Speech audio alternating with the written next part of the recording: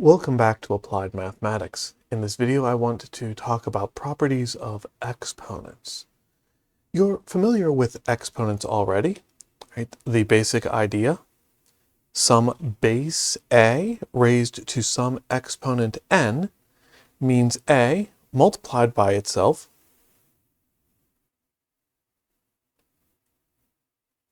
n times.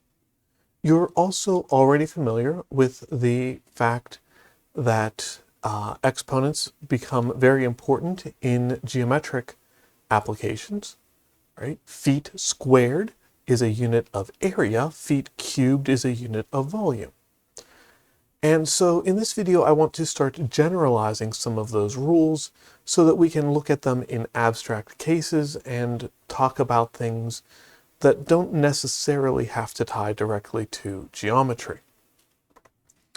All right. The first thing that we generally talk about is called sometimes the product rule.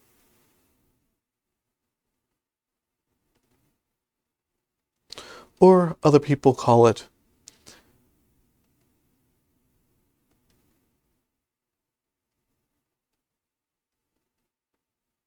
multiplying like bases. Right. The product rule, if you want to be specific,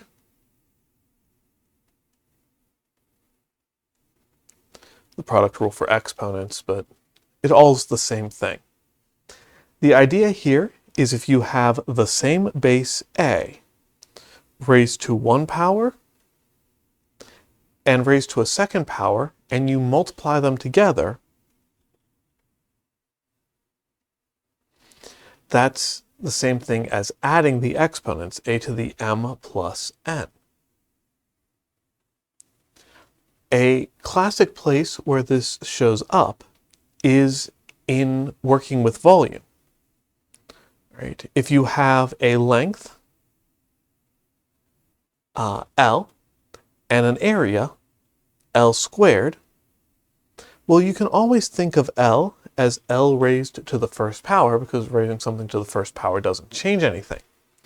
Now you have a first power times a second power, and you get that length unit to the third power, which is the cube, the volume unit. We can use this same rule just as easily in a very abstract case, right? X to the fourth times x to the seventh is going to be x to the 4 plus 7, which is 11. Practical applications of the 11th power, I actually don't know any. Right? First, second, and third power, obviously beautiful geometric applications. Fourth powers, fifth powers are of lesser and lesser return.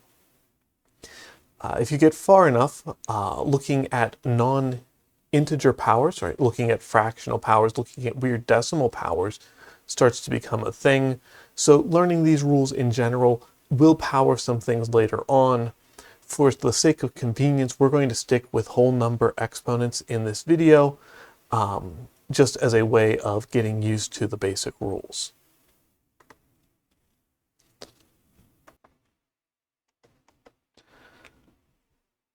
If you want to think about why the product rule here works, why multiplying like bases works the way it does, well, think about that general sense.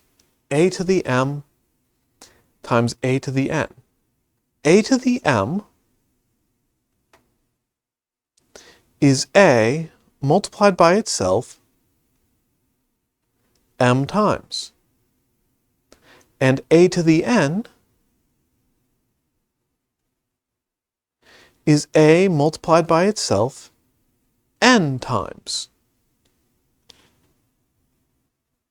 Well, if you have m factors here and another n factors there, and you're multiplying them all together, then all told, you have m plus n factors of a. So the product rule should make sense. The application of it is very straightforward. The calculations are always easy. Keeping straight how these work and which rule applies when is the challenging part.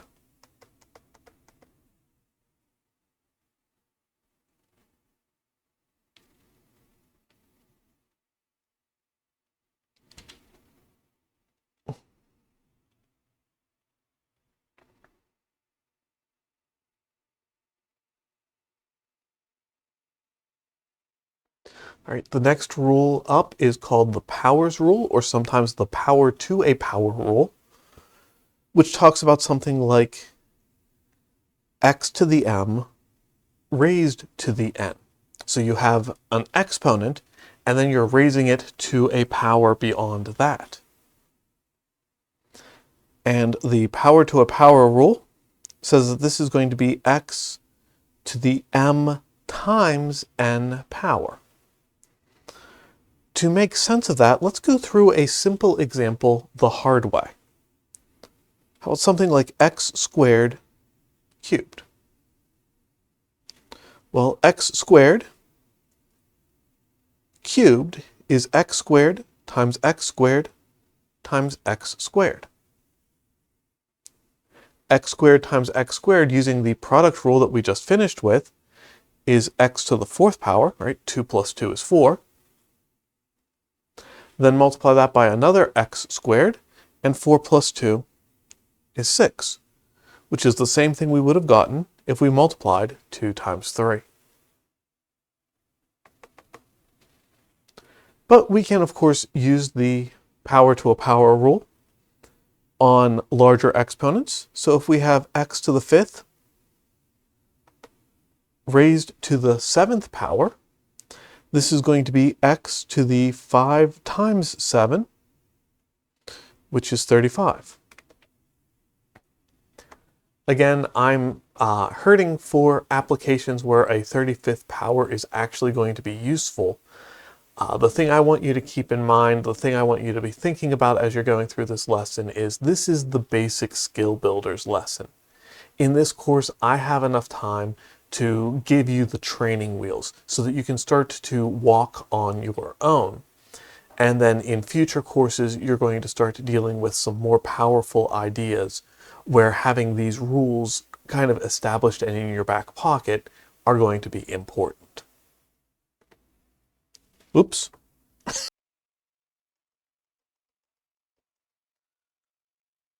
To round out the set, we have the quotient rule.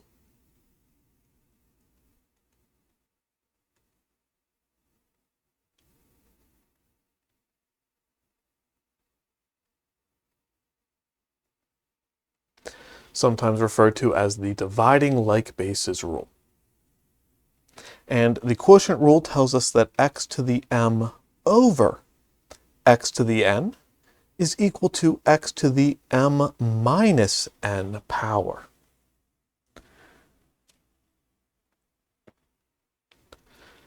Kind of the way I like to think about this is if you decided to rearrange this equation by multiplying by x to the n on both sides of the equation, you would get that x to the m is equal to x to the m minus n times x to the n. And that's some like bases we're multiplying. So going back to the multiplying like bases rule, this would be x to the m minus n plus n. And minus n plus n cancel each other out, giving us x to the m, which is what we said we were supposed to get. So in that sense, the rule works, and for some people, that's good enough. Another way that I like to think about this, when you have a fraction, x to the seventh over x to the fourth, we can use the rule, which tells us that this should be x to the 7 minus 4, and 7 minus 4 is 3. But we could also do this the long way, right? X to the 7, 7 factors of x. X to the 4, 4 factors of x. When you have a fraction, you should always reduce the fraction by canceling out common factors between the numerator and the denominator. All 4 of the x's in the denominator cancel out 4 of the x's that are in the numerator, leaving 3 behind.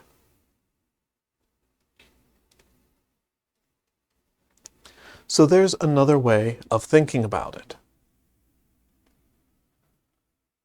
Although looking at that example, you might start to question, what if the extra factors were in the denominator instead? Right? Instead of x to the 7 over x to the 4, what if I had x to the 4 over x to the 7? Well, following the quotient rule, says it should be x to the 4 minus 7, and 4 minus 7 is negative 3. What does negative 3 mean? Well, doing the same thing we did in the other version. X to the 4 is 4 factors of x.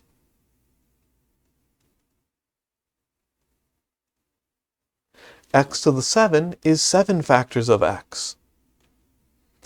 Cancel out common factors. You can eliminate 4 of the factors of x. There are 3 factors of x left behind, but they are all in the denominator. So x to the negative 3 power is the same thing as 1 over x cubed. And in fact, that's the next rule.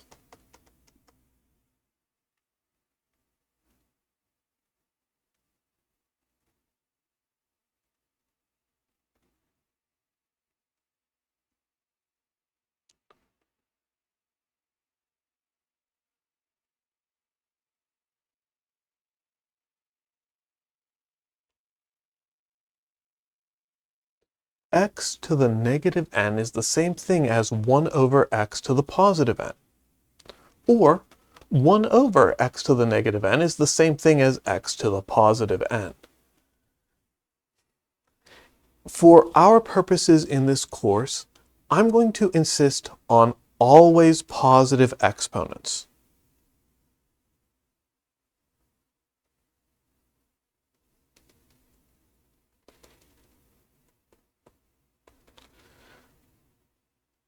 Always positive exponents is one of 2 rules that you can use in dealing with simplifying expressions.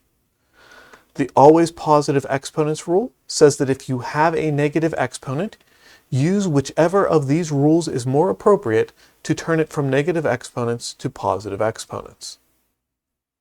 The other rule is called the no fractions rule, which says that you're never allowed to write a fraction bar, and you just use negative exponents to deal with it. In several branches of engineering, the no fractions rule is more popular. In mathematics, the no negative exponents rule, or the positive exponents always rule, is more popular.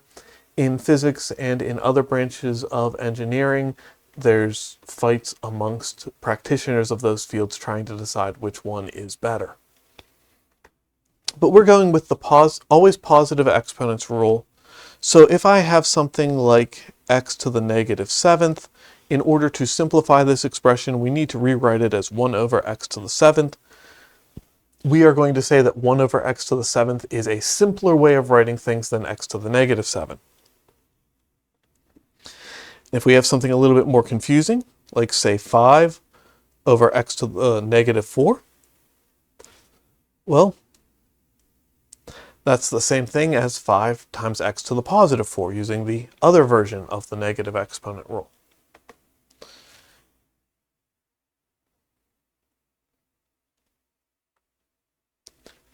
If you're not quite sure what's going on there, think about properties of fractions. 5 over x to the negative 4 is the same thing as 5 times 1 over x to the negative 4. That might make it a little bit more obvious.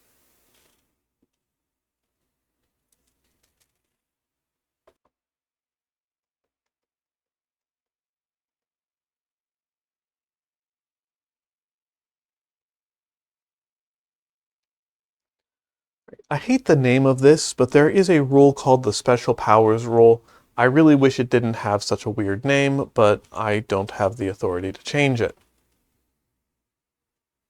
We've already used the fact that something to the first power is just that thing.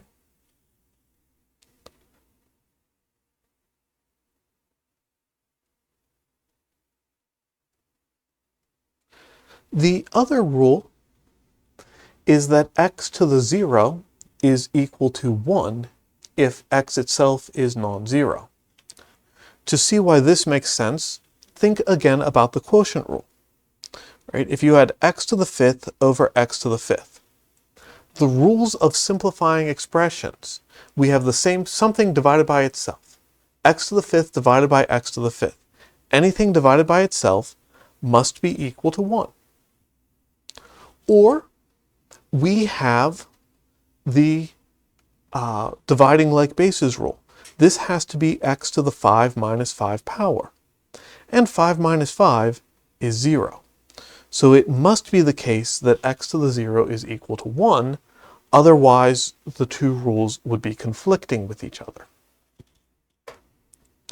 The other special powers rules say that 1 to the n is equal to 1 and 0 to the n is equal to 0 if n itself is non-zero. Those are just the rules of multiplication. If you multiply something times 1, you get back that thing. So if you multiply 1 times itself a whole bunch of times, you're going to get 1. Likewise, 0 times anything is 0. So if you multiply a bunch of zeros together, you're going to get 0.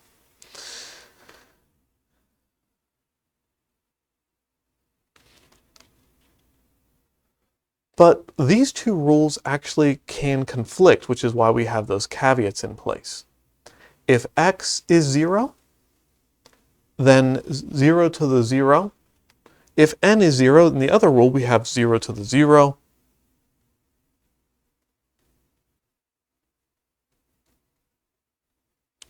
Zero to the 0 power is undefined. Just like dividing by 0, it's something that we want to avoid at all costs.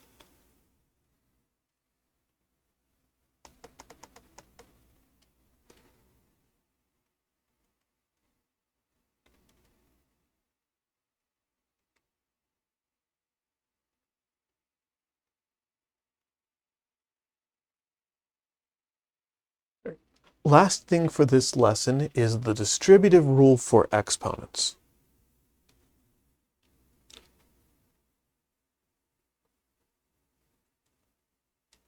The distributive rule for exponents says that if you have some things multiplied together, like a times b, and you're raising them all to a power, you can distribute that power across the multiplication.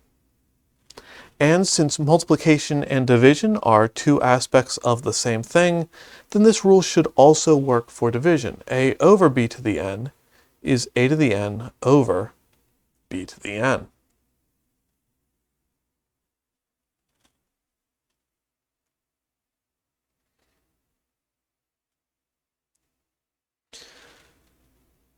The one thing that I want to point strongly out here is that I have not put addition or subtraction in any of this.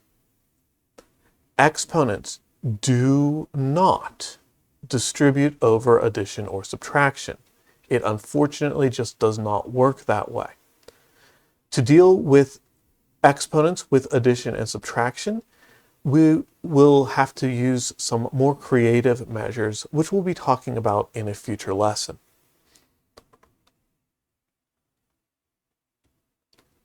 In order to try to make sense of all of these rules that we've been talking about today,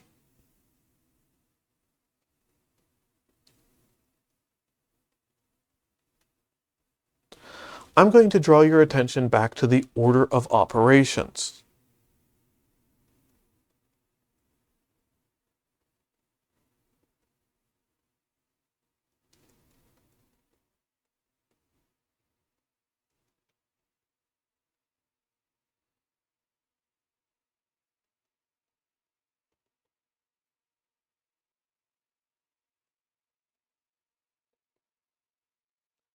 Right? Sure, grouping symbols allow you to break the order of operations, and some people try to put that in first. But in order of complexity, exponents are the most complex operations, so they come first. Multiplication and division is somewhat less complex, so it comes next. Addition and subtraction is the simplest, so it comes last. Everything that we've talked about in this video can tie into the order of operations.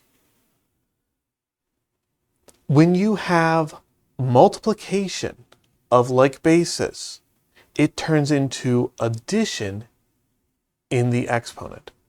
When you have division of like bases, it turns into subtraction in the exponents. And when you have exponents on exponents in your bases, it turns into multiplication in the exponents.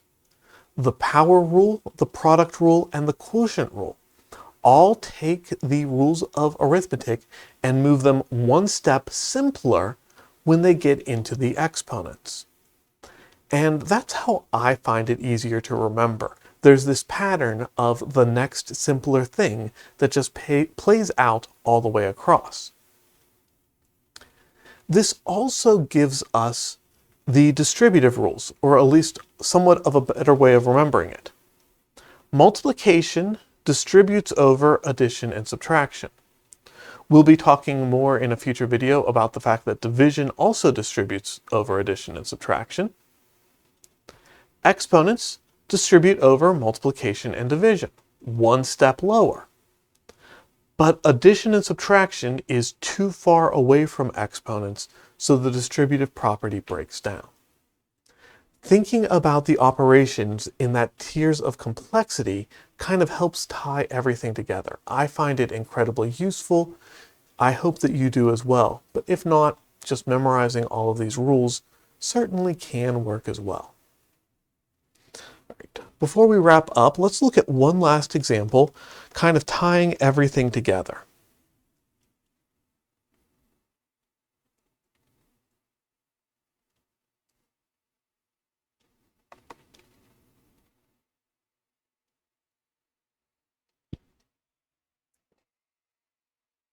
Three x squared y to the fifth over 5xz cubed, all raised to the negative fourth power. There is no one right order to approach this. You can go about it in a couple of different ways and get the same result. The first thing that I notice is that there are x's inside and outside. The first thing I notice is that there are x's on the top and bottom here. Some of those cancel out, or you can think about it as using the quotient rule.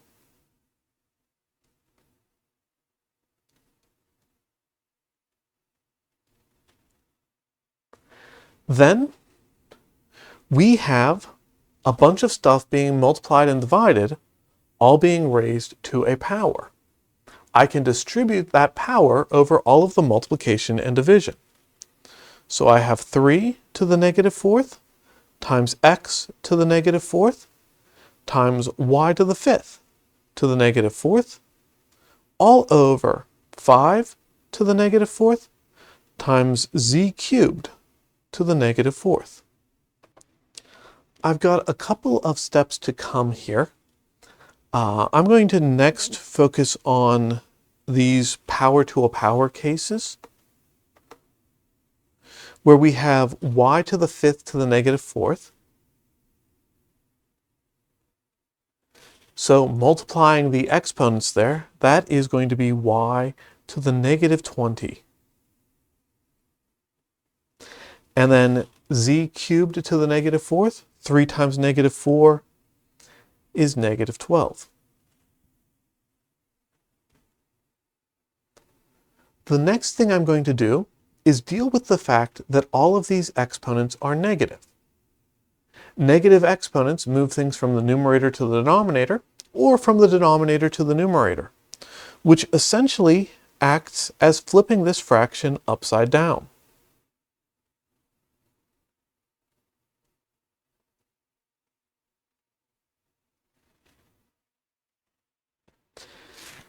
And then my last step here is to grab out my calculator and calculate that 3 raised to the 4 power is 81, and 5 raised to the 4th power is 625.